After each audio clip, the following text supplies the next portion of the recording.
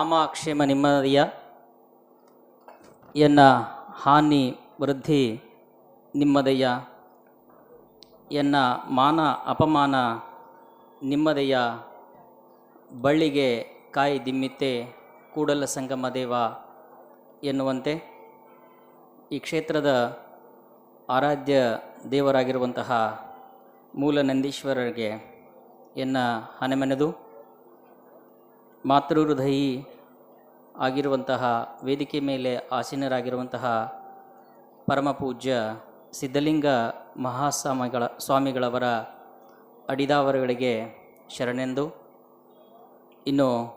ಇನ್ನೋರ್ವರು ಆಯುಕ್ತರಾಗಿರುವಂತಹ ಅವರಿಗೂ ಕೂಡ ಎನ್ನ ನಮಸ್ಕಾರಗಳನ್ನು ಸಲ್ಲಿಸ್ತಾ ಈ ವೇದಿಕೆಯ ಮುಂಭಾಗದಲ್ಲಿ ಆಸೀನರಾಗಿರುವಂತಹ ಎಲ್ಲ ನನ್ನ ಶರಣು ತಂದೆ ತಾಯಿಗಳಿಗೆ ಎನ್ನ ದಂಡವತ್ ಪ್ರಣಾಮಗಳು. ಕೂಡಲ ಸಂಗಮ ಇದು ಬಸವನ ಬಾಗೇವಾಡಿ ಅಭಿವೃದ್ಧಿ ಪ್ರಾಧಿಕಾರದ ಆಶ್ರಯದಲ್ಲಿ ಜರುಗ್ತಾ ಇರುವಂತಹ ಈ ಬಸವ ಜಯಂತಿಯ ಉತ್ಸವ ಕಾರ್ಯಕ್ರಮದಲ್ಲಿ ಈ 3 ದಿನಗಳ ಪರ್ಯಂತರವಾಗಿ ಉಪನ್ಯಾಸ ಕಾರ್ಯಕ್ರಮ ಜೊತೆಗೆ ವಚನ ನೃತ್ಯ, ವಚನ ಗಾಯನ, ವಿವಿಧ ಕಾರ್ಯಕ್ರಮಗಳು ಜರುಗ್ತಾ ಇದ್ದಾವೆ. ಇವತ್ತು ಮೊದಲನೆಯ ದಿನ ವಚನ ನೃತ್ಯ ಮತ್ತು ಉಪನ್ಯಾಸ ಕಾರ್ಯಕ್ರಮದಲ್ಲಿ ನನಗೆ ಮೊದಲನೇ ದಿನ ಉಪನ್ಯಾಸ ಕಾರ್ಯಕ್ರಮ ನನ್ನ ಸೌಭಾಗ್ಯ ಅಂತ ನಾನು ಅಂದ್ಕೊಳ್ತೀನಿ. ಯಾಕಂದರೆ ಇಲ್ಲಿ ಬಹಳಷ್ಟು ಹಿರಿಯರಿದ್ದಾರೆ. ಆದರೆ ನನಗೆ ಮಾತನಾಡಬೇಕು, ನಾನು ಅಪ್ಪವ್ರಿಗೆ ಹೇಳಿದೆ, ಅಪ್ಪವ್ರಿಗೆ ಹಿರಿಯರಿಗೆ ಕೊಡ್ರಿ ಅಂಥೇಳಿ. ಆದರೆ ಅಪ್ಪವ್ರು ಏನಂದರು, ಇಲ್ಲ ಹೊಸ ಜನ್ರೇಷನ್ ಬರಬೇಕು, ಹೊಸಬರಿಗೆ ಅವರು ಅಂದರೆ ಒಂದು ಮಾತೃ ಹೃದಯ. ಯಾವಾಗಲೂ ತಾಯಿ ಏನು ಮಾಡ್ತಾಳೆ ಅಂದರೆ ಮಗು ಬೆಳಿಬೇಕು, ಅದು ಬೆಳೆದು ಮತ್ತೆ ಸಮಾಜಕ್ಕೆ ಕೊಡುಗೆ ಆಗಬೇಕು ಅನ್ನುವಂತಹ ಉದ್ದೇಶದಿಂದ ತಾವೆಲ್ಲರೂ ಹಿರಿಯರು ಕುಳಿತುಕೊಂಡು ನನಗೆ ಇಲ್ಲಿ ಬಹುದೊಡ್ಡ ಜವಾಬ್ದಾರಿಯನ್ನು ಹೊರಿಸಿದ್ದೀರಿ. ಹಾಗಾಗಿ ಅದನ್ನು ನಾನು ಎಷ್ಟರ ಮಟ್ಟಿಗೆ ನ್ಯಾಯ ಕೊಡ್ತೀನಿ ಅನ್ನೋದನ್ನು ನೀವೇ ತೀರ್ಮಾನ ಮಾಡಬೇಕು. ಜೊತೆಗೆ ನಿಮ್ಮ ಆಶೀರ್ವಾದದೊಂದಿಗೆ, ಅಂದರೆ ನಿಮ್ಮೆಲ್ಲರ ಕರುಣೆಯ ಕಂದ ನಾನು, ಹಾಗಾಗಿ ನಿಮ್ಮೆಲ್ಲರ ಕರುಣೆ ನನ್ನ ಮೇಲೆ ಇರಲಿ ಅಂತ ಆಶಿಸ್ತಾ, ನನಗೆ ಕೊಟ್ಟಿರುವಂತಹ ವಿಷಯ ಈ ಷಟ್ ಸ್ಥಳಗಳಲ್ಲಿ ಭಕ್ತ ಮತ್ತು ಮಹೇಶ್ವರ ಅನ್ನುವಂತಹ 2 ಸ್ಥಳಗಳನ್ನು, ಅಂದರೆ ಈ 3 ದಿನಗಳ ಪರ್ಯಂತರವಾಗಿ 6 ಸ್ಥಳಗಳ ಒಂದು ಚಿಂತನೆ ಜರುಗ್ತಾ ಇದೆ. ಹಾಗಾಗಿ ಮೊದಲನೇ ದಿನ ಇವತ್ತು ಭಕ್ತ ಮತ್ತು ಮಹೇಶ, ನಾಳೆ ದಿನ ಪ್ರಸಾದಿ ಮತ್ತು ಪ್ರಾಣಲಿಂಗಿ ಅನ್ನುವಂತಹ ಯಾಕೊಳ್ಳಿ ಸರ್ ಅವರು ಮಾತಾಡ್ತಾ ಇದ್ದಾರೆ. ಕೊನೆಯ ದಿನ ಶರಣ ಮತ್ತು ಐಕ್ಯ ಸ್ಥಳವನ್ನು ಇಟ್ಕೊಂಡು ಡಾಕ್ಟರ್ TN ವಾಸುದೇವ ಮೂರ್ತಿ ಪ್ರಾಧ್ಯಾಪಕರು, ಆದಿಚುಂಚನಗಿರಿ ವಿಶ್ವವಿದ್ಯಾಲಯ ಮಂಡ್ಯ, ಇವರು ಆಗಲೇ ನಿನ್ನೆನೇ ಆಗಮಿಸಿದ್ದಾರೆ. ಅಂದರೆ ಈ 3 ದಿನಗಳ ಕಾರ್ಯಕ್ರಮ ಹೇಗೆ ಜರುಗುತ್ತೆ ಅದನ್ನು ನಾನು ಆಸ್ವಾದಿಸಬೇಕು ಅನ್ನುವ ಉದ್ದೇಶದಿಂದ ಅವರು ಕೂಡ ಇಲ್ಲೇ ಆಗಮಿಸಿದ್ದಾರೆ. ಹಾಗಾಗಿ ಅವರಿಗೆ ನನ್ನ ನಮಸ್ಕಾರಗಳನ್ನು ಸಲ್ಲಿಸ್ತಾ ನನ್ನ ವಿಷಯಕ್ಕೆ ನಾನು ಬರ್ತೇನೆ. ಷಟ್ಸ್ಥಲ ಇದೊಂದು ಮಾನವನ ತನ್ನ ಆತ್ಮೋದ್ಧಾರಕ್ಕಾಗಿ, ಆತ್ಮದ ಔನ್ನತ್ಯೀಕರಣವನ್ನು ಸಾಧಿಸಲಿಕ್ಕೆ ಬಸವಾದಿ ಶರಣರು ನಮಗೆ ಕೊಟ್ಟಿರುವಂತಹ ಪೂರ್ಣವಾಗಿರುವಂತಹ ಹಂತಗಳು. ಆ ಹಂತಗಳನ್ನು ನಾವೆಲ್ಲರೂ ಯಾವ ರೀತಿ ಅವುಗಳನ್ನು ಪಾಲನೆ ಮಾಡ್ತೀವಿ, ಸಿದ್ಧಿಸ್ಕೊಳ್ಳುತ್ತೀವಿ, ಸ್ವಾಧ್ಯಾಯ ಮಾಡಿಕೊಳ್ಳುತ್ತೀವಿ ಅನ್ನುವುದರೊಂದಿಗೆ ಆ ಸ್ಥಳಗಳ ಮೇಲೆ ನಾವು ನಿಲ್ಲಲಿಕ್ಕೆ ಸಾಧ್ಯ ಇದೆ. ಷಟ್ ಸ್ಥಳ, ಷಟ್ ಅಂತಂದರೆ 6, ಸ್ಥಳ ಅಂತಂದರೆ ಹಂತ, ಅಂದರೆ ಅದೊಂದು ಸ್ಥಿತಿ. ಅಂದರೆ ಸ್ಥಳ ಅಂತಂದರೆ ಅದು ಸ್ಥಾನವಾಚಕ. ಆಮೇಲೆ ಸ್ಥ ಅಂದರೆ ಸ್ಥಾನವಾಚಕ, ಲ ಅಂದರೆ ಲಯವಾಚಕ. ಹಾಗಾಗಿ ಇದೊಂದು ಶಬ್ದ ನಮಗೆ ಏನನ್ನು ತಿಳಿಸ್ತದೆ ಅಂದರೆ ಶಿವತತ್ವವನ್ನು ನಮಗೆ ಪ್ರತಿಪಾದನೆ ಮಾಡುತ್ತೆ. ಹಾಗಾಗಿ ಇಲ್ಲಿ ಷಟ್ ಸ್ಥಳ ಅನ್ನೋದೇನಿದೆಯಲ್ಲ, 6 ಸ್ಥಳಗಳು ಸಕಾರಾತ್ಮಕವಾಗಿರುವಂತಹ ಮತ್ತು ಲಯಕಾರವಾಗಿರುವಂತಹ ಈ 2 ವಿಚಾರಗಳನ್ನು ತನ್ನೊಳಗೆ ಗರ್ಭೀಕರಿಸಿಕೊಂಡು ಈ ಸ್ಥಳಗಳು ನಿರ್ಮಾಣ ಆಗ್ತವೆ. ಹಾಗಾಗಿ ಈ ಸ್ಥಳಗಳ ಹಂತವನ್ನು ನಾವು ಯಾವ ರೀತಿ ಅಂದರೆ ಏಕಮೇವಾದ್ವಿತೀಯವಾಗಿರುವಂತಹ ಆ ಪರಮ ಸ್ವರೂಪವನ್ನು ನಾವು ಹೇಗೆ ಸಿದ್ಧಿಸಿಕೊಳ್ಬೇಕು ಅನ್ನುವಂತಹದ್ದನ್ನು ಈ ಸ್ಥಳಗಳು ನಮಗೆ ತಿಳಿಸ್ತವೆ. ಇವು ಧರ್ಮ, ತಾತ್ವಿಕ, ಧಾರ್ಮಿಕ ಮತ್ತು ನೀತಿ ಇವುಗಳನ್ನು ನಮಗೆ ತಿಳಿಸ್ತವೆ. ಹಾಗಾಗಿ ಈ ಸ್ಥಳಗಳಲ್ಲಿ ಮೊದಲನೇ ಸ್ಥಳ ಯಾವುದು ಅಂತಂದರೆ ಭಕ್ತ, ಆಮೇಲೆ ಎರಡನೇದ್ದು ಮಹೇಶ್ವರ. ಈ 2 ಸ್ಥಳಗಳನ್ನು ಕುರಿತು ನಾನು ನನ್ನ ವಿಚಾರಗಳನ್ನು ತಿಳಿಸ್ತೇನೆ. ಅದಕ್ಕಿಂತಲೂ ಪೂರ್ವದಲ್ಲಿ ಒಂದಿಷ್ಟು ನಾವು ಶಬ್ದಗಳನ್ನು ತಿಳ್ಕೊಳ್ಳೋಣ. ಏನು ಅಂತಂದರೆ ಅಭವ, ಭವ, ಭವಿ, ಭಕ್ತ ಮತ್ತು ಭಕ್ತಿ. ಈ ಶಬ್ದಗಳು ನಮಗೆ ಪರಿಚಯ ಆದವು ಅಂತಂದರೆ ನಾವು ಭಕ್ತ ಸ್ಥಳಕ್ಕೆ ಹೋಗ್ಲಿಕ್ಕೆ ಸಾಧ್ಯ ಇದೆ. ಅಭವ ಅಂತಂದರೆ ಅದೊಂದು ಸತ್ಯ, ಪರಮಜ್ಞಾನ, ಪರಿಪೂರ್ಣ ಅಂತ ಅರ್ಥ. ಅದಕ್ಕೆ ನಾವು ದೇವರು, ಭಗವಂತ, ಆತ್ಮ, ಚೈತನ್ಯ ಹೀಗೆ ಬೇರೆ ಬೇರೆ ವಿಚಾರಗಳಿಂದ ನಾವು ಕರಿತೀವಿ. ಇನ್ನು ಭವ ಅಂದರೆ ಈ ಜೀವ ಜಗತ್ತು. ಇನ್ನು ಭವಿ ಅಂತಂದರೆ ಈ ಜೀವ ಜಗತ್ತನ್ನು ನೆಚ್ಕೊಂಡವನು ಅಂತ ಅರ್ಥ. ಇನ್ನು ಭಕ್ತ ಅಂತಂದರೆ ಈ ಜೀವ ಜಗತ್ತನ್ನು ವಿರುದ್ಧವಾಗಿ ಚಲಿಸಿ ಅಭಾವದ ಕಡೆ ಸಾಗುವವನು ಅಂತ ಅರ್ಥ.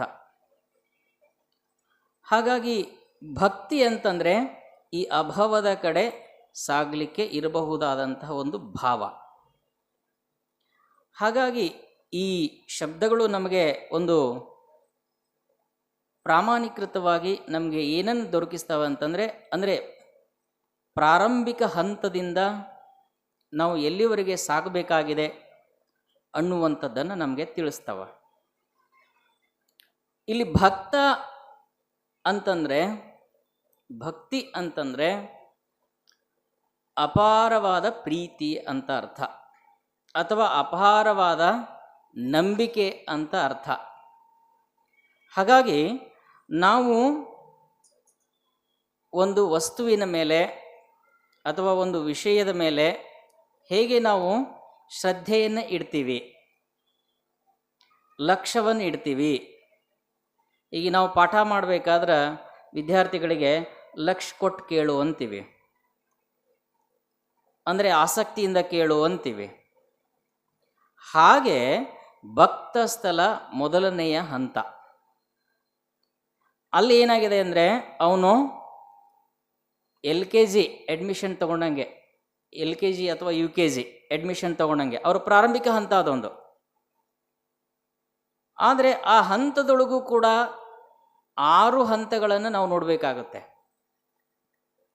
ಅವು ಯಾವುವು ಅಂತಂದರೆ ಭಕ್ತನ ಭಕ್ತ, ಭಕ್ತನ ಮಹೇಶ, ಭಕ್ತನ ಪ್ರಸಾದಿ, ಭಕ್ತನ ಪ್ರಾಣಲಿಂಗಿ, ಭಕ್ತನ ಶರಣ, ಭಕ್ತನ ಐಕ್ಯ. ಇವು 6 ಸ್ಥಳಗಳು ಕೂಡ ಭಕ್ತಿ ಸ್ಥಳದಲ್ಲಿ ಇದ್ದಾವೆ. ಅಂದರೆ ನಾವು ಒಂದು ಸ್ಥಳದೊಳಗಿದ್ದರೂ ಕೂಡ 6 ಸ್ಥಳಗಳಿಗೆ ನಾವು ಹೋಗಿ ಬರಬೇಕು. ಅಂದಾಗ ಮಾತ್ರ ನಮಗೆ ಆ ಅಭವವನ್ನು ಸಾಧಿಸಲಿಕ್ಕೆ ಸಾಧ್ಯ ಇದೆ. ಈ ಭಕ್ತನ ಭಕ್ತ ಅಂತಂದರೆ ಅವನಿಗೆ ಒಂದು ಕಾಮನ್, ಅಂದರೆ ಇದೊಂದು ನಮಗೆ ನಂಬೋದು, ಅಪಾರವಾಗಿ ನಂಬೋದು. ಹೇಗೆ ಅಕ್ಕ ಮಹಾದೇವಿ ಒಂದು ಪ್ರಶ್ನೆ ಮಾಡ್ತಾಳೆ, ಏನಂತೇಳಿ, ಎನಗೆ ಭವ ಉಂಟೆ ಚೆನ್ನಮಲ್ಲಿಕಾರ್ಜುನ ಅಂಥೇಳಿ. ಅಂದರೆ ಹೇಗೆ ಕರ್ಣಾದಿಗಳಿಗೆ ಮನ ಬೀಜ, ಆ ಬೀಜ ಅಂದರೆ ಆ ಮನ ನಿಮ್ಮಲ್ಲಿ ಅರ್ಪಿತವಾದ ಬಳಿಕ ನನಗೆ ಭವವಿಲ್ಲ ಅಂತ ಹೇಳಿ ಯಾವ ರೀತಿ ಹೇಳ್ತಾಳಲ್ಲ, ಕಾನ್ಫಿಡೆನ್ಸ್ ಅವಳಿಗೆ ಆ ಭಕ್ತದೊಳಗೆ ಸಿಕ್ಕಾಕೊಂಡು, ಅಂದರೆ ಆ ಭಕ್ತಿ ಸ್ಥಳದೊಳಗಿದ್ದುಕೊಂಡು ಅಪಾರವಾಗಿ ನಂಬೋದು, ಅದನ್ನು ಬಿಟ್ಟು ಮತ್ತೇನಿಲ್ಲ. ಭಕ್ತ ಸ್ಥಳ ಅನ್ನೋದು, ಭಕ್ತನ ಭಕ್ತ ಅನ್ನೋದು ಅಪಾರವಾಗಿ ನಂಬೋದು, ಅಥವಾ ಅಪಾರವಾದ ಪ್ರೀತಿ, ಅಥವಾ ಅಪಾರವಾದ ನಂಬಿಕೆ. ಇದು ಏನಿರ್ತದೆ ಅಂದರೆ ಕ್ರಿಯೆ ಮಾತ್ರ, ಈ ಕ್ರಿಯೆಯೊಳಗಿರ್ತದೆ ಇದು. ಇಲ್ಲಿ ಏನಿರುತ್ತೆ ಅಂದರೆ ಪ್ರತಿದಿನ ಗುಡಿಗೆ ಹೋಗೋದು, ಪೂಜೆ ಮಾಡೋದು, ನೀನೇ ಅಪ್ಪ ಅನ್ನೋದು, ಇದು ಮಾತ್ರ. ಆದರೆ ಭಕ್ತನ ಮಹೇಶ ಇದು ಸ್ವಲ್ಪ ಬದಲಾವಣೆಯ ಭಾವ. ಇದು ಏನು ಅಂತಂದರೆ ನಿಶ್ಚಯ, ನಿಷ್ಠೆ, ನಿನ್ನನ್ನು ಬಿಟ್ಟು ಮತ್ತೆ ಯಾರೂ ಇಲ್ಲ ಅಂತ. ಅದಕ್ಕೆ ಬಸವಣ್ಣನವರು ಏಕದೇವೋಪಾಸನೆಯನ್ನು ಹೇಳಿದ್ದು. ಹಾಗಾಗಿ ಇನ್ನೊಂದನ್ನು ವಿರೋಧ ಮಾಡೋದು ಅಂತಲ್ಲ, ಹಾಗಾಗಿ ಇನ್ನೊಂದನ್ನು ಅಪನಂಬಿಕೆಯಿಂದ ನೋಡೋದು ಅಲ್ಲ. ಈಗ ನಾವು ಮಕ್ಕಳಿಗೆ ಪಾಠ ಮಾಡ್ತಾ ಇರ್ತೀವಿ, ಅವರು ಬೇರೆ ಕಡೆ ಲಕ್ಷ್ಯ ಕೊಟ್ಟರು ಅಂತಂದರೆ ನಾವು ಹೇಳ್ತಾ ಇರುವಂತಹ ಪಾಠ ಅವರಿಗೆ ತಿಳಿಯುವುದಿಲ್ಲ. ಅಂದರೆ ಲಕ್ಷ್ಯ ಕೊಟ್ಟು ಕೇಳೋದು, ಅದನ್ನು ಅಂದರೆ ಕಾನ್ಸಂಟ್ರೇಷನ್ ಅದರ ಮೇಲೆ ಮಾಡೋದು. ಈಗ ನಾವು ಬಿಜಾಪುರಕ್ಕೆ ಹೋಗ್ತಿರ್ತೀವಿ, ಬಿಜಾಪುರಕ್ಕೆ ಹೋಗುವಾಗ ನಡ್ಕೊತ ಹೋಗ್ಬೇಕಾದ್ರೆ ಒಂದೇ ದಾರಿ ಹಿಡ್ಕೊಂಡು ಹೋಗ್ಬೇಕು ನಾವು. ಅದದು ಬಿಟ್ಟು ಆಜು ಬಾಜು ನಮಗೆಲ್ಲ ಏನೇನು ಕಾಣ್ತಾವೆ ಅದನ್ನೆಲ್ಲ ನೋಡ್ಕೊತ ಅಲ್ಲೇ ಕುಂತ್ಕೊತ ಹೋಗಿಬಿಟ್ಟೇವೆ ಅಂದರೆ ನಾವು ಬಿಜಾಪುರ ಮುಟ್ಲಿಕ್ಕೆ ಆಗೋದಿಲ್ಲ. ಹಾಗಾಗಿ ನಾವು ಗುರಿಯನ್ನು ಮುಟ್ಟಬೇಕು ಅಂತಂದರೆ ನಿಷ್ಠೆ ಬೇಕು, ನಿಶ್ಚಯ ಬೇಕು. ಅದು ಯಾವುದು ಅಂತಂದರೆ ಮಹೇಶ್ವರ, ಅಂದರೆ ಭಕ್ತನ ಮಹೇಶ್ವರ ಅದು. ಹಾಗಾಗಿ ಭಕ್ತನ ಪ್ರಸಾದಿ ಅವನು ಅರ್ಪಣೆ ಮಾಡ್ತಾನೆ, ಅಂದರೆ ತನ್ನ ಭಕ್ತಿಯನ್ನು ಅರ್ಪಣೆ ಮಾಡ್ತಾನೆ. ಇನ್ನು ಭಕ್ತನ ಪ್ರಾಣಲಿಂಗಿ ಅಂತಂದರೆ ಇವನು ಯೋಗದೊಳಗೆ ನಿಶ್ಚಯ ಆಗ್ತಾನೆ. ಭಕ್ತನ ಶರಣ ಅಂತಂದರೆ ಇವನು ನಿಬ್ಬೆರಗಿನೊಳಗೆ, ಅಂದರೆ ಈ ಅಪಾರವಾದಂತಹ ಪರಮಜ್ಞಾನ ಅವನಿಗೆ ಸ್ವಾನುಭವ ಆಗಲಿಕ್ಕೆ ಸಾಧ್ಯ ಆಗುತ್ತೆ. ಆ ಸ್ವಾನುಭವದೊಳಗೆ ಅವನು ನಿಬ್ಬೆರಗಾಗ್ತಾನೆ. ಜೊತೆಗೆ ಭಕ್ತನ ಐಕ್ಯ ಅಂತಂದರೆ ಅವನು ನಿರ್ಲಿಪ್ತ ಭಾವದೊಳಗೆ, ತನ್ನ ನಿರ್ಲಿಪ್ತ ಭಾವದೊಳಗೆ, ಅಂದರೆ ಆ ಭಕ್ತಿಯನ್ನು ಬಿಟ್ಟು ಅವನಿಗೆ ಇನ್ನೊಂದು ಭಾವ ಇಲ್ಲ, ಇನ್ನೊಂದನ್ನು ನಾನು ಮಾಡಲಿಕ್ಕೆ ಸಾಧ್ಯನೇ ಇಲ್ಲ ಅನ್ನುವಂತಹ ಒಂದು ಭಾವದೊಳಗೆ ಅವನು ಬಂದು ನಿಂತ್ಕೊಳ್ತಾನೆ. ಹಾಗಾಗಿ ಭಕ್ತಿ ಅನ್ನೋದು ಅಂದರೆ ಒಂದು ಮೂಲ ಸ್ಥಿತಿ. ಅವನು ಮುಂದಿನ ಹಂತಕ್ಕೆ ಹೋಗಬೇಕು ಅಂತಂದರೆ ತನ್ನೊಳಗೆ ತಾನು ತನ್ನ ನಂಬಿಕೆಗಳನ್ನು, ತನ್ನ ಭಾವವನ್ನು, ತನ್ನೊಳಗಿರುವಂತಹ ಅಪಾರ ಪ್ರೀತಿಯನ್ನು ಅಭಿವ್ಯಕ್ತಿಸುವಂತಹ ಸ್ಥಿತಿಯೇ ಅದು ಭಕ್ತ ಸ್ಥಳ. ಹಾಗಾಗಿ ಇದರ ನಂತರ ಬರೋದೇ ಯಾವುದು ಅಂತಂದರೆ ಮಹೇಶ್ವರ ಸ್ಥಳ. ಅಂದರೆ ಭಕ್ತಿ ಸ್ಥಳದೊಳಗೆ ಕಾಮನ್ ಮ್ಯಾನ್ ಅವನು, ಅಂದರೆ ಸಹಜ ಸ್ಥಿತಿಯೊಳಗೆ ಇದ್ದುಕೊಂಡು ಅವನು ಭಕ್ತಿ ಮಾಡ್ತಾ ಇರ್ತಾನೆ. ಆದರೆ ಮಹೇಶ್ವರ ಸ್ಥಳಕ್ಕೆ ಬಂದಾಗ ಅವನಿಗೆ ಗಂಭೀರವಾಗುತ್ತೆ, ಭಕ್ತಿ ಗಂಭೀರವಾಗುತ್ತೆ. ಈ ಭಕ್ತ ಸ್ಥಳದೊಳಗೆ ಅವನು ಇನ್ನುಳಿದ ದೇವರುಗಳನ್ನು ಅವನು ಪೂಜೆ ಮಾಡ್ತಾನೆ, ಇನ್ನುಳಿದ ವಿಚಾರಗಳನ್ನು ಒಪ್ಕೊಳ್ತಾನೆ, ಇನ್ನುಳಿದ ವ್ಯಕ್ತಿಗಳಿಗೂ ಕೂಡ ಗೌರವ ಕೊಡ್ತಾನೆ. ಆದರೆ ಮಹೇಶ್ವರನ ಸ್ಥಳಕ್ಕೆ ಬಂದಾಗ ಅವನಿಗೆ ಏಕನಿಷ್ಠೆ, ಇದಕ್ಕೆ ನಾವು ಘನಾಚಾರ ಅಂತಲೂ ಕೂಡ ಕರಿತೀವಿ. ಏಕನಿಷ್ಠೆಯನ್ನು ಇಟ್ಕೊಂಡು ಅವನು ಏಕ ದೇವೋಪಾಸನೆಯನ್ನು ಅವನು ಏನು ಮಾಡ್ತಾನೆ, ಈ ಸ್ಥಳದೊಳಗೆ ಮಾಡ್ತಾನೆ. ಹಾಗಾಗಿ ಇಲ್ಲಿಯೂ ಕೂಡ ಏನಾಗುತ್ತೆ ಅಂದರೆ ಮಹೇಶ್ವರ ಸ್ಥಳದೊಳಗಿದ್ದರೂ ಕೂಡ 6 ಸ್ಥಳಗಳಲ್ಲಿ ಅವನು ಹಂತಗಳನ್ನು ಮುಂದುವರಿತಾನೆ. ಅಂದರೆ ಭಕ್ತ ಸ್ಥಳದೊಳಗಿದ್ದಲ್ಲ ಕೂಡ ಭಕ್ತನ ಭಕ್ತ, ಭಕ್ತನ ಮಹೇಶ, ಭಕ್ತನ ಪ್ರಸಾದಿ, ಭಕ್ತನ ಪ್ರಾಣಲಿಂಗಿ, ಭಕ್ತನ ಶರಣ ಮತ್ತು ಭಕ್ತನ ಐಕ್ಯ, ಈ 6 ಸ್ಥಳಗಳನ್ನು ಕೂಡ ಅವನು ಅವುಗಳನ್ನು ಹಂತ ಆದಮೇಲೆ ಅವನು ನೆಕ್ಸ್ಟು ಪ್ರಮೋಷನ್ ತಗೊಳ್ತಾನೆ. ಅವನು ಪ್ರಮೋಷನ್ ಎಲ್ಲಿಗೆ ತಗೊಳ್ತಾನೆ ಅಂದರೆ ಮಹೇಶ್ವರ ಸ್ಥಳಕ್ಕೆ. ಅಂದರೆ ಆ ಭಕ್ತ ಸ್ಥಳದೊಳಗೆ ಇದ್ದುಕೊಂಡೇ 6 ಸ್ಥಳಗಳ ಸ್ವಾನುಭಾವವನ್ನು, ಸ್ವಾಧ್ಯಾಯವನ್ನು ಸಿದ್ಧಿಸಿಕೊಂಡು ಅವನು ಮಹೇಶ್ವರ ಸ್ಥಳಕ್ಕೆ ಪ್ರಮೋಷನ್ ತಗೊಳ್ತಾನೆ. ಹಾಗಾಗಿ ಇದು ಮಹೇಶ್ವರ ಸ್ಥಳ ಅನ್ನೋದೇನು ಅಂತಂದರೆ ನಿಷ್ಠೆ, ನಿಶ್ಚಯ. ಅಲ್ಲಿ ಏಕದೇವೋಪಾಸನೆ, ಇನ್ನೊಂದು ನಂಬುವುದಿಲ್ಲ.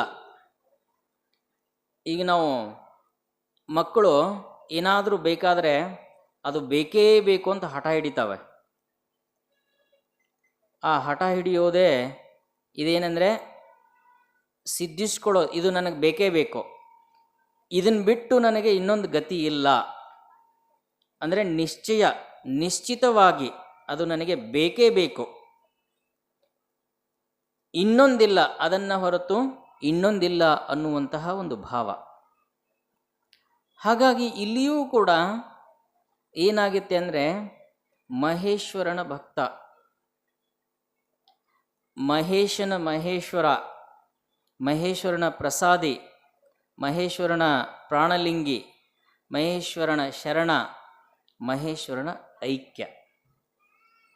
ಇಲ್ಲಿ ಏನಿರುತ್ತೆ ಅಂತಂದರೆ ಮಹೇಶ್ವರನ ಸ್ಥಳದೊಳಗೆ ತತ್ವನಿಷ್ಠೆಯನ್ನು ಬಿಟ್ಟು ಅವನು ಬೇರೆ ಯಾವುದನ್ನು ನಂಬುವುದಿಲ್ಲ.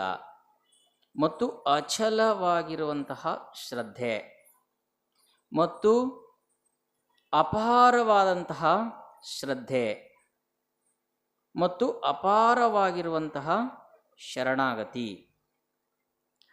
ಆಮೇಲೆ ಇಲ್ಲಿ ಲಿಂಗನಿಷ್ಠೆ, ಇವುಗಳನ್ನು ಎಲ್ಲವನ್ನ ಒಳಗೊಂಡು ಅವನು ಮಹೇಶ್ವರ ಸ್ಥಳದಲ್ಲಿ ಇರ್ತಾನೆ. ಹಾಗಾಗಿ ಅವನಿಗೆ ಮಹೇಶ್ವರ ಸ್ಥಳವನ್ನು ಸಿದ್ಧಿಸಿಕೊಳ್ಳಬೇಕು ಅಂತಂದರೆ ಈ ಭಕ್ತನ ಸ್ಥಳದೊಳಗಿದ್ದುಕೊಂಡು 6 ಸ್ಥಳಗಳನ್ನು, 6 ಹಂತಗಳನ್ನು ಸಾಧ್ಯ ಮಾಡಿಕೊಂಡು ಮಹೇಶ್ವರನ ಸ್ಥಳಕ್ಕೆ ಬಂದಾಗ ಅಲ್ಲಿಯೂ ಕೂಡ ಅಪಾರವಾದ ನಿಷ್ಠೆಯನ್ನು ಇಡಬೇಕಾಗತ್ತೆ. ಅವನು ಅಪಾರವಾದ ನಂಬಿಕೆಯನ್ನು ಇಡಬೇಕಾಗತ್ತೆ. ಹಾಗಾಗಿ ಏಕದೇವೋಪಾಸನೆ, ಅನ್ಯ ದೈವವನ್ನು ಅವರು ಯಾವತ್ತೂ ಒಪ್ಪುವುದಿಲ್ಲ ಶರಣರು. ಹಾಗಾಗಿ ಇನ್ನೊಂದು ಇಲ್ಲ ಅಂತಲ್ಲ, ಅದು ಪ್ರಶ್ನೆ ಅಲ್ಲ. ನಾವು ಇನ್ನೊಂದರ ಕಡೆ ಲಕ್ಷ್ಯ ಕೊಟ್ಟಿವಂದರೆ ಇದು ನಮಗೆ ಸಿದ್ಧಿಸಲ್ಲ ಅನ್ನುವಂಥ ಭಾವ. ಹಾಗಾಗಿ ನಮ್ಮದೇ ಶ್ರೇಷ್ಠ ಅಂತಲ್ಲ, ಅಥವಾ ಇನ್ನೊಂದನ್ನು ದ್ವೇಷ ಮಾಡೋದು ಅಂತಲ್ಲ. ಹಾಗಾಗಿ ನಮ್ಮಲ್ಲಿ ಒಂದು ಕಾನ್ಸಂಟ್ರೇಷನ್ ಬರಬೇಕು. ನಮ್ಮದೊಂದು ಫಲ, ಅದರದ್ದು ಫಲ ನಮಗೆ ಸಿಗಬೇಕು ಅಂತಂದರೆ, ಅದನ್ನು ನಾವು ಸಿದ್ಧಿಸ್ಕೊಳ್ಬೇಕು ಅಂತಂದರೆ ಕಾನ್ಸಂಟ್ರೇಷನ್ ಬೇಕಾಗುತ್ತೆ. ಹಾಗಾಗಿ ನಾವು ಎಲ್ಲದರಿಂದನೂ ನಾವು ಕಳಚ್ಕೋಬೇಕು. ಕಳಚಿಕೊಂಡಾಗ ಮಾತ್ರ ಅದು ನಮಗೆ ನಿಶ್ಚಯ ಆಗುತ್ತೆ. ಅದಕ್ಕೆ ಅದು ಮಹೇಶ್ವರ ಅಂದರೆ ನಿಶ್ಚಯವಾಗಿರುವಂಥದ್ದು, ನಿಶ್ಚಿತವಾಗಿರುವಂಥದ್ದು ಅಂತ ಅರ್ಥ. ಹಾಗಾಗಿ ಅದು ಬಹಳ ಕ್ರಿಯೆಯಿಂದ ಕೂಡಿರುವಂತಹದ್ದು. ಅಂದರೆ ಭಕ್ತನ ಮಹೇಶ ಇಲ್ಲಿ ಏನು ಮಾಡ್ತಾನೆ? ಲಿಂಗನಿಷ್ಠೆ, ಲಿಂಗ ಪೂಜೆ ಮಾಡ್ತಾನೆ. ಅವನು ಇನ್ನೊಂದು ಬಿಟ್ಟು ಬೇರೆ ಮಾಡೋದಿಲ್ಲ. ಅವನು ಇನ್ನೊಂದನ್ನು ಬಿಟ್ಟು ಬೇರೆ ಮಾಡೋದಿಲ್ಲ. ಅದಕ್ಕೆ ಅವರು ಶರಣರು ಏನು ಹೇಳ್ತಾರೆ? ಈ ಮಹೇಶ್ವರ ಸ್ಥಳದೊಳಗೆ ಇದ್ಕೊಂಡೆ ಅನ್ಯ ದೈವಗಳನ್ನು ಅವರು ನಂಬಬಾರದು ಅಂತ ಹೇಳೋದು. ಹಾಗಾಗಿ ಅವರು ದ್ವೇಷ ಮಾಡ್ಯಾರಂತಲ್ಲ, ನನ್ನ ತತ್ವದೊಳಗೆ ನಿಷ್ಠೆ ಬರಲಿ ಅಂಥೇಳಿ ಅವ್ರು ಏನು ಮಾಡ್ತಾರೆ? ಅನ್ಯ ದೈವವನ್ನು ನೀವು ನಂಬಬಾರದು ಅಂತ ಅರ್ಥ. ಹಾಗಾಗಿ ಅಲ್ಲಿ ದ್ವೇಷಕ್ಕೆ ನಾವು ಅವಕಾಶ ಕೊಡದೆ ನಮ್ಮ ನಿಷ್ಠೆಯನ್ನು ಸಿದ್ಧಿಸಿಕೊಳ್ಳಲಿಕ್ಕೆ, ನಮ್ಮ ಮಹೇಶ್ವರ ಸ್ಥಳವನ್ನು ಸಾಧಿಸಿಕೊಳ್ಳಲಿಕ್ಕೆ ಶರಣರು ಹೇಳಿರುವಂತಹ ಒಂದು ಮಾರ್ಗವದು. ಅಂದರೆ ಇವರು ಸುಮ್ಮನೆ ಹಂಗೆ ಹೇಳಿದ್ರೆ ಕೇಳೋದಿಲ್ಲ, ಅದಕ್ಕೆ ಸ್ವಲ್ಪ ಸ್ಟ್ರಾಂಗಾಗೆ ಹೇಳೋಣ ಅಂತೇಳಿ, ಭಾಳ ಸ್ಟ್ರಿಕ್ಟಾಗಿ ಹೇಳೋಣ ಅಂತೇಳಿ. ಈಗ ನಾವು ಸ್ಕೂಲ್ನೊಳಗೆ ಮಕ್ಕಳಿಗೆ ಸುಮ್ಮನೆ ಸಪ್ಪೆ ಪಾಠ ಹೇಳಿದಿರು ಅಂದ್ರೆ ಅವ್ರು ಸುಮ್ಮ ಕುಂದ್ರೋದಿಲ್ಲ, ಅವ್ರಿಗೆ ಸ್ವಲ್ಪ ನಾವು ವಾರ್ನ್ ಮಾಡಬೇಕಾಗ್ತದೆ. ವಾರ್ನ್ ಮಾಡಿದರೆ ಅವಾಗ ಗಪ್ ಚುಪ್ ಕುಂದಿರ್ತಾರೆ. ಹಾಗೆ ನಮ್ಮೊಳಗಿರುವಂತಹ ಭಾವಕ್ಕೆ ಇನ್ನೊಂದನ್ನು ನೀನು ನಂಬುವಂಗಿಲ್ಲ, ಅದರ ಕಡೆನೇ ನಿಂದು ಕಾನ್ಸಂಟ್ರೇಷನ್, ಅಂದರೆ ಅದರ ಕಡೆನೇ ನಿಷ್ಠೆ ಇರಬೇಕು, ಲಿಂಗದ ಕಡೆನೇ ನಿಷ್ಠೆ ನಿಂದು. ಅಂದರೆ ಲಿಂಗ ಅಂದರೆ ಏನು ಇದರಲ್ಲಿ? ಅಂದರೆ ಲಿಂಗ ಅಂತಂದರೆ ಯಾವುದರಲ್ಲಿ ಸೃಷ್ಟಿಯಾಗಿದೆಯೋ ಮತ್ತು ಯಾವುದರಲ್ಲಿ ಲಯ ಆಗುತ್ತೋ, ಅದು ಯಾವುದರಲ್ಲಿ ಹುಟ್ಕೊಂಡೈತಿ ಮತ್ತು ಯಾವುದರಲ್ಲಿ ಅದು ಲಯ ಆಗುತ್ತೋ ಅದೇ ಲಿಂಗ. ಅದನ್ನೇ ನಾವು ಹುಡುಕಾಟೋದು. ಅದನ್ನೇ ಶರಣರು 12ನೇ ಶತಮಾನದೊಳಗೆ ಅನುಭವ ಮಂಟಪದಲ್ಲಿ ತಮ್ಮತನದ ಹುಡುಕಾಟ, ಇನ್ನೊಬ್ಬರು ಯಾರಿಗೂ ಹೇಳಲಿಲ್ಲ. ಅವರು ಅನುಭವ ಮಂಟಪದೊಳಗೆ ತಮ್ಮ ಚಿಂತನೆಗಳನ್ನು, ತಮ್ಮ ಸ್ವಾನುಭಾವವನ್ನು ನಿತ್ಯ ತಮ್ಮದಲ್ಲಿ ಕಾಯಕದೊಳಗೆ ಏನೇನೋ ಅನುಭವ ಆಗುತ್ತೆ ಅವರಿಗೆ, ಅದನ್ನು ಅನುಭವ ಮಂಟಪದಲ್ಲಿ ತಗೊಂಡು ಬಂದು ಅವ್ರೇನು ಮಾಡ್ತಿದ್ರು, ಅವರೇ ಪ್ರಶ್ನೆಗಳನ್ನು ಹಾಕೋದು, ಅವರೇ ಉತ್ತರವನ್ನು ಕಂಡುಕೊಳ್ಳೋದು. ಹಾಗಾಗಿ ಅಲ್ಲಿ ಏನಾಗ್ತಿತ್ತು ಅಂದರೆ ಸ್ವತಃ ತಾನೇ ಪರಮ ಸ್ವರೂಪವನ್ನು, ಸ್ವಾನುಭಾವವನ್ನು ಸಿದ್ಧಿಸ್ಕೊಳ್ಳಿಕ್ಕೆ ಸಾಧ್ಯ ಆಗ್ತಿತ್ತು. ಹಾಗಾಗಿ ಇಡೀ ಭಾರತೀಯ ಪರಂಪರೆಯೊಳಗೆ ಬಹಳ ವಿಶಿಷ್ಟವಾದಂತಹ ದರ್ಶನ ಕೊಟ್ಟವರು ಯಾರು ಅಂತಂದರೆ ನಮ್ಮ ಶರಣರು. ಹಾಗಾಗಿ ಈ ಎಲ್ಲ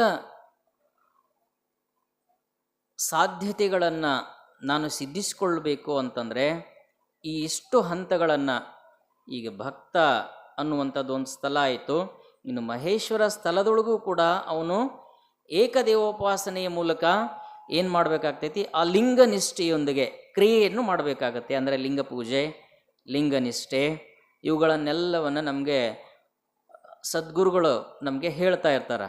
ಹಾಗಾಗಿ ನಾವು ಪ್ರತಿ ಸೋಮವಾರ ಲಿಂಗ ಪೂಜೆ ಮಾಡ್ತಿರ್ತೀವಲ್ಲ, ಇದೊಂದು ಮಹೇಶ್ವರ ಸ್ಥಳ. ಅಂದರೆ ನಾವು ಲಿಂಗನಿಷ್ಠೆಯನ್ನು ಬಿಟ್ಟು ಮತ್ತೇನೂ ಮಾಡೋದಿಲ್ಲ, ಲಿಂಗ ಪೂಜೆಯನ್ನು ಬಿಟ್ಟು ನಾವು ಅನ್ಯ ದೈವವನ್ನು ನಂಬುವುದಿಲ್ಲ. ಅಂದರೆ ಅನ್ಯ ದೈವವನ್ನು ನಂಬುವುದಿಲ್ಲ ಅಂತಂದರೆ ಅದು ನಾವು ಮಾನಸಿಕವಾಗಿಯೂ ಕೂಡ, ಅಂದರೆ ಕೇವಲ ದೈಹಿಕವಾಗಿ ಅಲ್ಲ, ನಾವು ಮಾನಸಿಕವಾಗಿಯೂ ಕೂಡ ಏನು ಮಾಡಬೇಕಾಗ್ತತಿ, ಈ ಅನ್ಯ ದೈವವನ್ನು ನಂಬದೆ ಈಗ ನೋಡ್ರಿ, ಒಂದು ಬಾವಿ ತೆಗಿಬೇಕು ಅಂತಂದ್ರೆ ಅಲ್ಲೊಂದಿಷ್ಟು ತೆಗೆದ್ರೆ ನೀರು ಬರುವುದಿಲ್ಲ, ಅಥವಾ ಅದು ಬಾವಿ ಆಗೋದಿಲ್ಲ. ಅದನ್ನು ನಾವು ಒಂದೇ ಸ್ಥಳದೊಳಗೆ ಆಳವಾಗಿ ತೋಡಿದಾಗ ಅದು ಏನಾಗ್ತತಿ, ನಮಗೆ ಬಾವಿಯಾಗಿ ಅಥವಾ ಅಲ್ಲಿ ನಮಗೆ ಜಲ ಸಿಗುತ್ತೆ. ಒಂದು ವೇಳೆ ನಾವು ಇಲ್ಲೊಂದಿಷ್ಟು ತಗೊಂತ ಹೋದಿವಂತಂದರೆ ನಮಗೆ ನೀರು ಸಿಗಕ್ಕೆ ಸಾಧ್ಯನೇ ಇಲ್ಲ, ಮತ್ತು ನಮಗೆ ಆ ನಿಜ ಸ್ಥಿತಿ ನಮಗೆ ಸಿಗ್ಲಿಕ್ಕೆ ಸಾಧ್ಯ ಆಗೋದಿಲ್ಲ. ಹಾಗಾಗಿ ಅದರ ಸಲುವಾಗಿ ಏನು ಮಾಡಿದರು, ನಿಷ್ಠೆ, ನೀವು ಇಲ್ಲೊಂದಿಷ್ಟು ಅದು ಇದು ಬೇಡ, ಒಂದನ್ನೇ ನಂಬು, ನಿಶ್ಚಯ ಜ್ಞಾನದಿಂದ ಒಂದನ್ನೇ ನಂಬು ಅಂಥೇಳಿ ಇದು ಮಹೇಶ್ವರ ಸ್ಥಳ, ಅದು ಮಹೇಶ್ವರನ ಭಕ್ತ ಸ್ಥಳ. ಇನ್ನು ಮಹೇಶ ನಿಶ್ಚಯ, ಅದನ್ನು ನಂಬಿದಿರೋದನ್ನು ನಿಶ್ಚಯ ಮಾಡ್ಕೊಳ್ಳೋದು, ಮನಸ್ಸಿನೊಳಗೆ ನಿಶ್ಚಯ ಆಗಬೇಕು. ಇದು ಯಾರೋ ಹೇಳಿದರೆ ಅಥವಾ ಯಾರೋ ಕೇಳಿದರೆ ಆಗೋದಿಲ್ಲ, ಅದು ನನ್ನೊಳಗೆ ನಿಶ್ಚಯ ಮಾಡ್ಕೊಳ್ಬೇಕು ನಾನು. ಅದು ನಿಶ್ಚಯ ಆಗಿ ನಿಜ ಜ್ಞಾನ ಆಗಬೇಕು, ಅಂದಾಗ ಮಾತ್ರ ಅದು ಸಿದ್ಧಿ ಆಗುತ್ತೆ. ಹಾಗಾಗಿ ಮಹೇಶ್ವರನ ಪ್ರಸಾದಿ, ಮುಂದೆ ಬರುವಂಥದ್ದು ಮಹೇಶ್ವರನ ಪ್ರಸಾದಿ. ಇದು ಅರ್ಪಣೆ, ನಿಶ್ಚಯ ಆಯಿತು ಅಂತಂದರೆ ಅರ್ಪಣೆ ಆಗ್ತದೆ, ಅದು ಸಮರ್ಪಣೆ, ಲಿಂಗಕ್ಕೆ ಸಮರ್ಪಣೆ ಆಗಿಬಿಡ್ತದೆ. ಅದು ಅಂದರೆ ಮಾನಸಿಕವಾಗಿ ನಾವು ಲಿಂಗಕ್ಕೆ ಸಮರ್ಪಣೆ ಆಗ್ತೀವಿ. ಆಮೇಲೆ ಮಹೇಶ್ವರನ ಪ್ರಾಣಲಿಂಗಿ, ಅಂದರೆ ಇಲ್ಲಿ ಯೋಗ, ಸುಯೋಗ, ಅಂದರೆ ಇಲ್ಲಿ ಪರಮ ಸ್ವರೂಪವೇ ನಾನು, ಅಂದರೆ ಆತ್ಮಸ್ವರೂಪವೇ ನಾನು, ಮಹೇಶ್ವರನ ಸ್ವರೂಪವೇ ಅಂದರೆ ಆತ್ಮದ ಸ್ವರೂಪವೇ ನಾನು ಇದ್ದೀನಿ ಅನ್ನುವಂತಹ ಒಂದು ಭಾವ. ಮಹೇಶ್ವರನ ಶರಣ ಅಂದರೆ ಮತ್ತೆ ಇಲ್ಲಿ ನಿಬ್ಬೆರಗು ಉಂಟಾಗುತ್ತೆ. ಅಂದರೆ ಅವನು ಶರಣ ಸ್ಥಳ ಅಂತಂದರೆ ಶರ ಅಂತಂದರೆ ಬಾಣ, ನ ಅಂದರೆ ಕಾಮನೆಗಳು. ಯಾರು ಕಾಮನೆಗಳ ಬಾಣಗಳನ್ನು ತಾಕಿಸ್ಕೊಳ್ಳೋದಿಲ್ವೋ ಅವನು ಶರಣ. ಅಂದರೆ ಅಲ್ಲಿ ಮಹೇಶ್ವರನ ಶರಣ ಏನಿರ್ತಾನೆ ಅಂತಂದರೆ ಇನ್ನಾವುದೇ ಕಾಮನೆಗಳಿಗೆ ಅಥವಾ ಇನ್ನಾವುದೇ ಆಸೆಗಳಿಗೆ ಅವನು ಅವಕಾಶ ಮಾಡಿಕೊಡೋದಿಲ್ಲ. ಹಾಗಾಗಿ ಈ ನಿಶ್ಚಯವಾಗಿರುವಂತಹ ನಿಶ್ಚಲವಾಗಿರುವಂತಹ ಭಾವದೊಂದಿಗೆ ಏನು ಮಾಡ್ತಿರ್ತಾನೆ, ಆ ಭಾವವನ್ನು ಅನುಭವಿಸ್ತಾ ಇರ್ತಾನೆ, ನಿಬ್ಬೆರಗಾಗ್ತಾ ಇರ್ತೇನೆ. ಓ ಹೌದಾ, ಹೀಗಿರುತ್ತಾ ಅಂಥೇಳಿ. ಇದು ಮಹೇಶ್ವರನ ಶರಣಸ್ಥಳ. ಇನ್ನು ಮಹೇಶ್ವರನ ಐಕ್ಯ ಸ್ಥಳ ಇದು ನಿರ್ಲಿಪ್ತ ಭಾವ, ನಿರ್ಲಿಪ್ತವಾಗಿರುವಂತಹ ಭಾವ. ಹಾಗಾಗಿ ನಿರ್ಲಿಪ್ತ ಅಂತಂದರೆ ಇಲ್ಲಾವುದು ಕೊಡುವ ಕೊಳ್ಳುವ, ಹುಟ್ಟು ಸಾವು, ಸುಖ ದುಃಖ, ಹಿತ ಅಹಿತ, ಈ ಯಾವ ಭಾವಗಳು ಅಲ್ಲಿ ಸ್ಥಿರವಾಗಿ ಇರುವುದಿಲ್ಲ. ಹಾಗಾಗಿ ಅವು ಯಾವುದಕ್ಕೂ ಅವಕಾಶ ಇರುವುದಿಲ್ಲ. ಅವನಿಗೆ ನಿಜದ ಜ್ಞಾನ, ನಿಶ್ಚಯ ಜ್ಞಾನ, ನಿಶ್ಚಿಂತ ಜ್ಞಾನ, ನಿರಾಭಾರ ಜ್ಞಾನ, ಇದಕ್ಕೆ ನಾವು ಹೆತ್ತರಿವು ಅಂತ ಕರಿತೀವಿ. ನಮ್ಮ ಶರಣರು ಏನಂತ ಕರೆದಾರೆ ಅಂದರೆ ಹೆತ್ತರಿವು. ಅಂದರೆ ಇನ್ಯಾರು ಹೆತ್ತದ್ದಲ್ಲ, ಇದು ನಾನೇ ಹೆತ್ತದ್ದು. ಅಂದರೆ ನನ್ನೊಳಗೆ ಹುಟ್ಕೊಂಡಿದ್ದದು, ಅಥವಾ ಇನ್ನಾರೋ ಹೇಳಿದ್ದಲ್ಲ. ಅಥವಾ ನಾ ಇಲ್ಲಿವರೆಗೆ ಏನು ಈ ಸ್ಥಳಗಳನ್ನು ಹೇಳಿದ್ನಲ್ಲ, ಅದನ್ನು ನಾನು ಪಾಠ ಮಾಡಿದಾಗ, ಅದನ್ನು ಕೇಳಿದಾಗ ನನ್ನೊಳಗೆ ಉದ್ಭವಿಸಿದಂತಹ ಸ್ಥಳ ಆದಾಗ ಮಾತ್ರ ಅದು ನಿಜವಾದ ಹೆತ್ತರಿವು, ಅದು ನನ್ನ ಹೆತ್ತರಿವು. ಹಾಗಾಗಿ ಬಸವಣ್ಣವರು ಏನು ಮಾಡಿದರು ಅಂತಂದರೆ, ನಿಜವಾಗಲೂ ನನ್ನೊಳಗೆ ನಾನೇ ಹೆರಬೇಕು. ಹೆರೋದು ಅಂತಂದ್ರೇನು, ಮಗುವಾಗೋದು ಅಂತ ಅರ್ಥ. ಅಂದರೆ ಆ ಸ್ಥಳ ನನ್ನೊಳಗೆ ಹುಟ್ಟಬೇಕು, ಅದನ್ನು ಪೋಷಣೆ ಮಾಡೋದು, ಪಾಲನೆ ಮಾಡೋದು ನನ್ನ ಜವಾಬ್ದಾರಿ. ಹಾಗಾಗಿ ಯಾವಾಗ ನಾನು ಅದನ್ನು ಸ್ಥಿತಪ್ರಜ್ಞನಾಗಿ ಆ ಸ್ಥಳಗಳನ್ನು ನಾನು ನಿಶ್ಚಯ ಮಾಡಿಕೊಳ್ತೀನೋ ಆವಾಗ ನನಗೆ ಹೆತ್ತರಿವು ಸಾಧ್ಯವಾಗುತ್ತೆ ಮತ್ತು ಸಿದ್ಧಿಸಲಿಕ್ಕೆ ಸಾಧ್ಯ ಆಗುತ್ತೆ. ಹಾಗಾಗಿ ಅಂತಹ ಮಹೇಶ್ವರನ ಐಕ್ಯ ಸ್ಥಳದೊಳಗೆ ನಾವು ನೋಡ್ತೀವಿ. ಹಾಗಾಗಿ ಇಲ್ಲಿ ನಾವು ಈ ಎರಡೂ ಸ್ಥಳಗಳು ಬಹಳ ಅರ್ಥಪೂರ್ಣವಾಗಿ, ಅಂದರೆ ಇದೊಂದು ಫೌಂಡೇಶನ್, ಮನಿ ಕಟ್ಟಲಿಕ್ಕೆ ಮುಂದಿನ ಸ್ಥಳಗಳನ್ನು ಬಗ್ಗೆ ನಾಳೆ ಮಾತಾಡ್ತಾರೆ. ಇನ್ನುಳಿದ ಎರಡು ಶರಣ ಮತ್ತು ಐಕ್ಯ ಸ್ಥಳಗಳು ನಾಡಿದ್ದು. ಈ ಎರಡು ನನಗೆ ಕೊಟ್ಟಿರುವಂತಹ ಈ ಎರಡು ಸ್ಥಳಗಳು, ಒಂದು ಭಕ್ತನ ಭಾವ ಹೆಂಗಿರುತ್ತೆ ಅಂದರೆ ಇಷ್ಟಲಿಂಗ ಸ್ಥಿತಿ, ಅದು ತ್ಯಾಗಾಂಗ ಸ್ಥಿತಿ, ಅದು ಶ್ರದ್ಧೆ, ಒಂದು ಶರಣಾಗತಿ, ಅಪಾರವಾದ ಪ್ರೀತಿ, ಅಪಾರವಾದ ನಂಬಿಕೆ. ಇದು ಭಕ್ತನ ಸ್ಥಳ. ಇದು ಕೂಡ ಮಹೇಶ್ವರ ಸ್ಥಳವೂ ಕೂಡ ಇಷ್ಟಲಿಂಗ ಸ್ಥಿತಿ, ತತ್ವನಿಷ್ಠೆ, ಘನಾಚಾರ, ಇನ್ನೊಂದನ್ನು ದ್ವೇಷಿಸದೆ ತನ್ನದನ್ನು ಮಾತ್ರ ಅವನು ಪೂಜಿಸೋದು.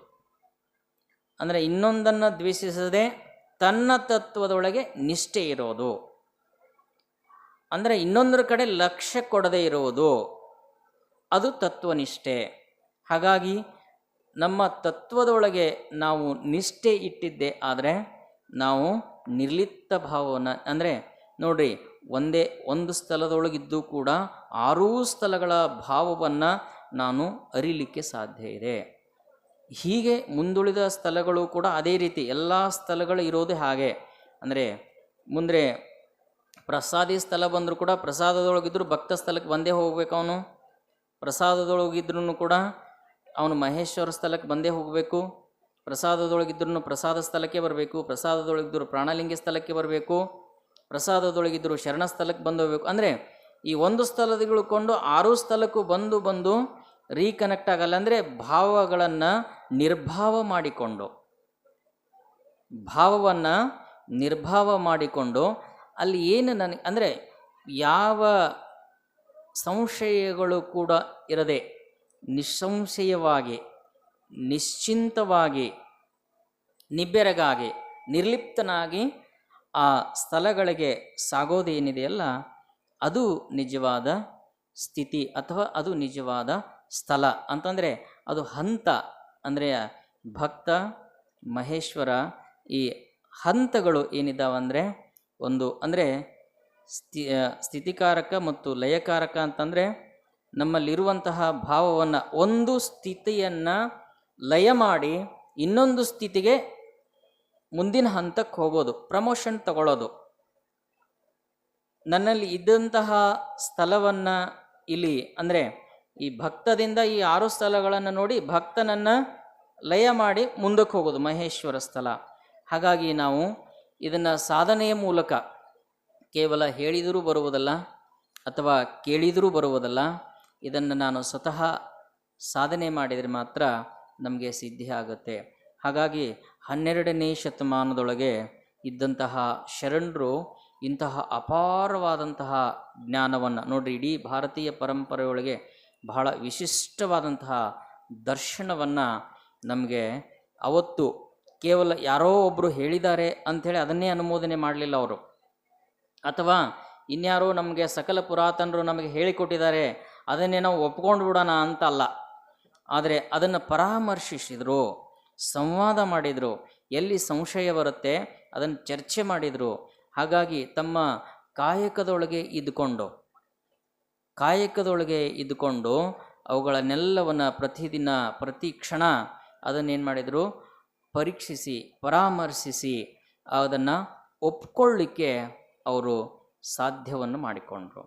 ಹಾಗಾಗಿ ಶರಣರ ಈ ಸ್ಥಳಗಳನ್ನು ನಾವು ಅದಕ್ಕೆ ಅಪ್ಪವರು ಏನು ಹೇಳಿದ್ರು ಅಂತಂದರೆ, ಒಂದು ವಿಷಯ ಏನು ಕೊಡಬೇಕಂತ ಚರ್ಚೆ ಆದಾಗ ಈ ಸ್ಥಳಗಳ ಬಗ್ಗೆ ಅಂದರೆ ಒಂದು ಪ್ಯಾಕೇಜು ಅಂದರೆ 6 ಸ್ಥಳಗಳನ್ನು ಕುರಿತು ಒಂದು ಪ್ಯಾಕೇಜ್ ಈ ಕಾರ್ಯಕ್ರಮದಿಂದ ಕೊಟ್ಟರಾಯಿತು ಅಂಥೇಳಿ ಅಪ್ಪವರು ಒಂದು ಈ ವಿಷಯವನ್ನು ಫೈನಲ್ ಮಾಡಿದರು.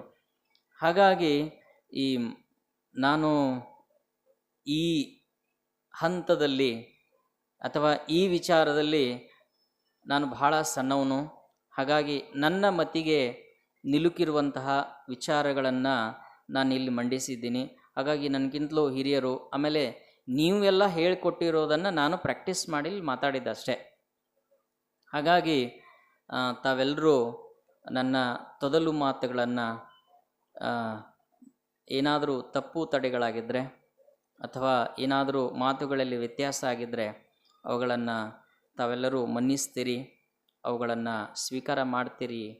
ಆಮೇಲೆ ಇಲ್ಲಿವರೆಗೆ ನನಗೆ ಮಾತನಾಡಲಿಕ್ಕೆ ಅವಕಾಶ ಮಾಡಿಕೊಟ್ಟಿರುವಂತಹ ಪ್ರಾಧಿಕಾರಕ್ಕೆ ಮತ್ತು ಪೂಜ್ಯರಿಗೆ ಮತ್ತು ಇಲ್ಲಿವರೆಗೆ ನನ್ನ ವಿಚಾರಗಳನ್ನು ಶಾಂತ ರೀತಿಯಿಂದ ಕೇಳಿರುವಂತಹ ತಮ್ಮೆಲ್ಲರಿಗೂ ಎನ್ನ ಶರಣಾರ್ಥಿಗಳನ್ನು ಸಲ್ಲಿಸ್ತಾ ನನ್ನ ವಿಚಾರಗಳಿಗೆ ವಿರಾಮ ನೀಡ್ತೇನೆ. ಎಲ್ಲರಿಗೂ ಶರಣಾರ್ಥಿ.